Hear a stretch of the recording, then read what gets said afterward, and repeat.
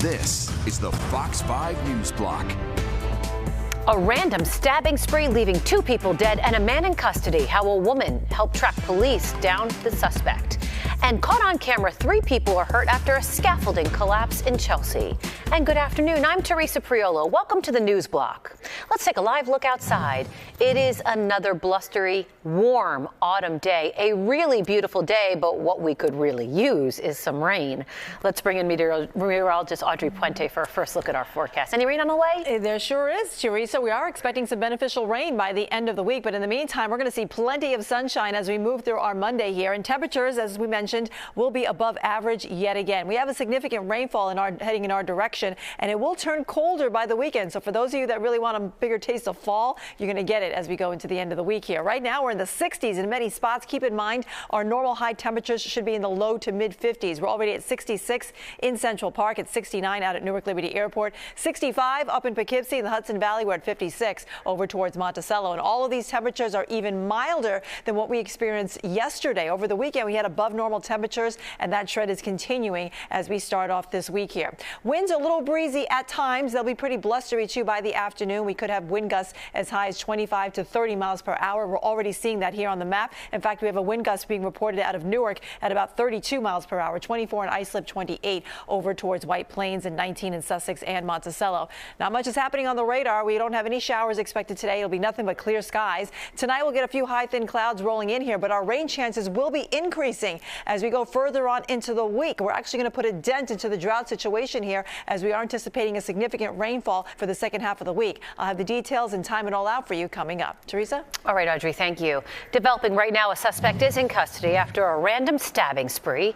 The NYPD says the man attacked 3 people at 3 different locations: Chelsea, Kips Bay, and right next to the UN. Police say 2 of the 3 victims died at the hospital. The 3rd is fighting for her life.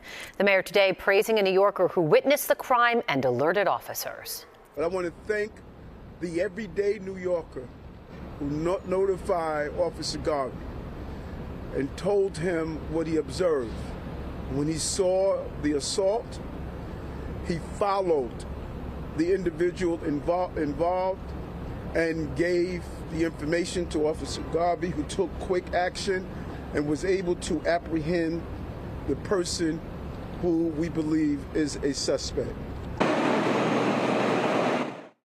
In custody, was found covered in blood and had 2 knives. He has 8 prior arrests. A box truck sent scaffolding crashing down in Chelsea today, injuring 3 people, 1 critically. It was all caught on camera, and here it is. Authorities say the truck was pulling out of a parking spot on West 29th Street when the back of that truck hooked onto the scaffolding, pulling it to the ground. Neighbors and workers then rushed in to help those trapped underneath. We just heard like collapsing. Then we run there and I saw the guy underneath and I tried to pull it, but then they told me, don't touch it, leave it there, leave it there. I saw the one guy under the scaffold. The box truck driver stayed at the scene afterwards to talk with officers but declined to speak on camera. So far, no arrests have been made. Governor Hochul's new congestion pricing plan officially approved by the MTA board. It's mostly a ceremonial vote since it was approved by the MTA board. Then the plan needs another sign-off from the federal government, which is why local leaders are pushing to get this toll started before President-elect Donald Trump takes office. Trump has promised to kill congestion pricing, so Hochul decided to quickly re-implement this plan in advance of Inauguration Day, which is January 20th. Congressman Jerry Nadler says he does not believe Trump will legally be able to do this to the toll that's already in place. No, there is no legal pathway. The only legal danger is if a court should strike this down, which I don't think is going to happen. Drivers entering Manhattan below 60th Street will be charged. The new plan reduces the original toll from $15 to $9. It goes into effect on January 5th, and it is expected to generate $15 billion for the MTA. President Biden in Brazil for the final G20 summit of his presidency. A key focus will be on the ongoing war between Russia and Ukraine, following a big change from the White House this weekend. Fox's Carolyn Shively has more. President Joe Biden at the G20 Summit in Brazil this week, racing to push through his foreign policy objectives before President-elect Donald Trump returns to the White House. Among his priorities, surging more resources into Ukraine. The United States strongly supports Ukraine's sovereignty and territorial integrity. everyone around this table, in my view, should as well. In a major policy shift over the weekend, the president authorized the Ukrainian military to use long-range ATACMS missiles to hit inside Russian territory. And we have and will continue to up the ante when necessary for Ukraine to continue to succeed and ultimately prevail. For months, the Biden administration has denied Ukrainian requests to use the weapons inside Russia, worried it would escalate the war. This is just simply too late in the game. It should have been done a long time ago, but the Biden administration has been slow walking. Mr. Trump has vowed to end the war quickly, even as Russia has the upper hand.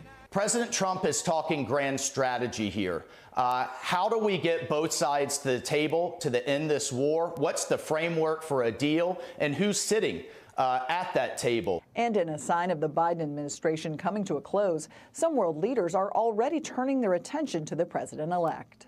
China is ready to work with the new U.S. administration to maintain communication, expand cooperation, and manage differences.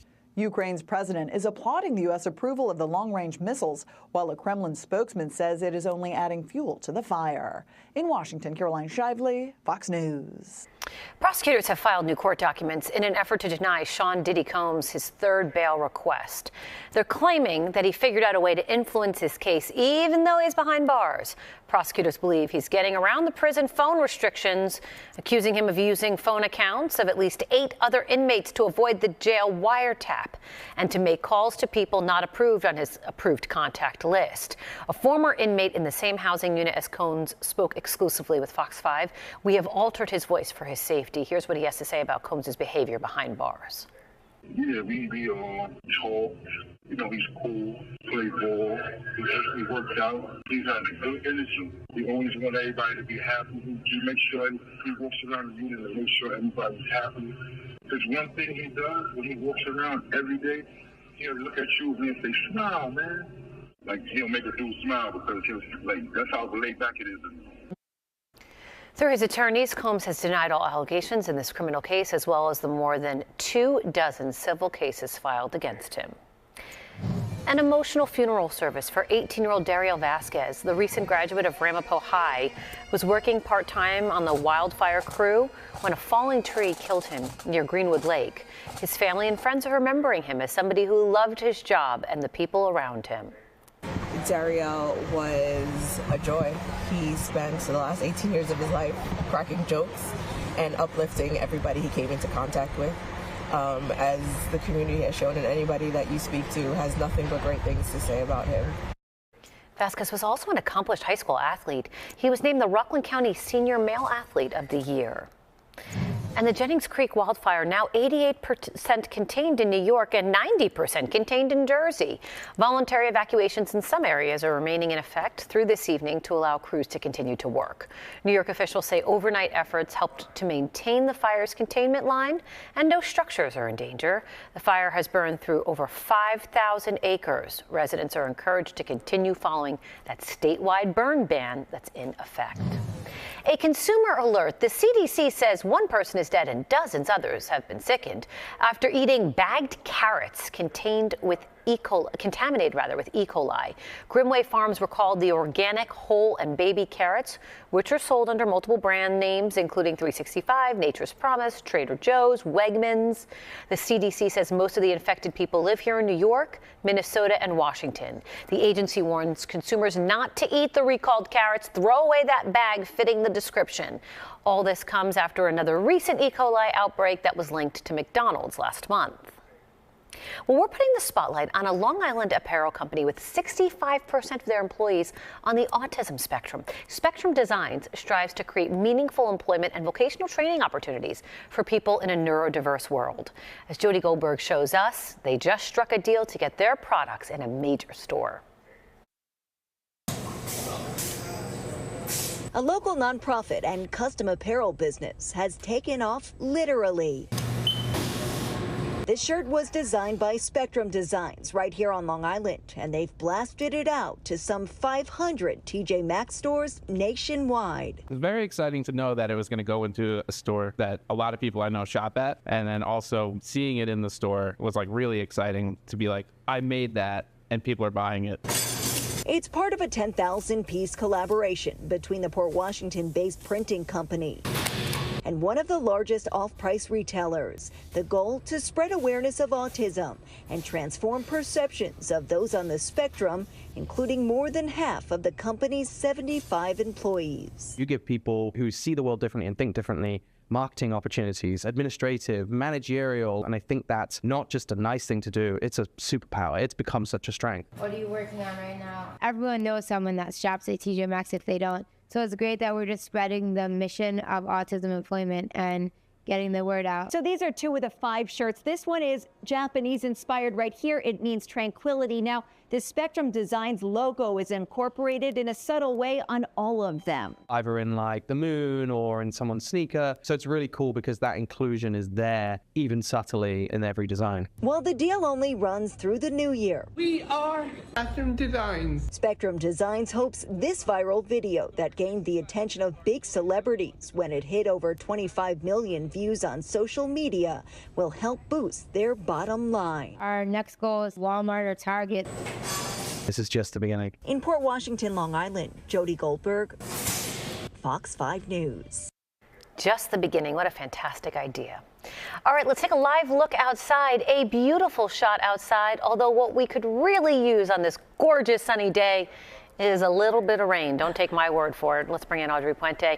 I mean, it's really been nice, but at this point, we're kind of over the sun. Well, it looks like we're going to see a pattern change as we go into the end of the week, Teresa. We're not going to have any rainfall today, nothing but sunshine all across the Northeast, but we're watching this big rainmaker making its way across the midsection of the nation. It is producing significant rainfall in and around the Plain States, over towards Chicago and areas over towards the west there, but it is going to be heading in our direction, so we're actually going to get some rainfall, it looks like, and our rain chances will begin to increase starting tomorrow. Tomorrow we'll wake up with a mix of sun and clouds, and then later on in the afternoon we'll probably get a couple of spotty showers rolling through with this warm front that's going to be in our vicinity. And then we'll be watching for 2 areas of low pressure. One will be passing to our north, one rising from the south here.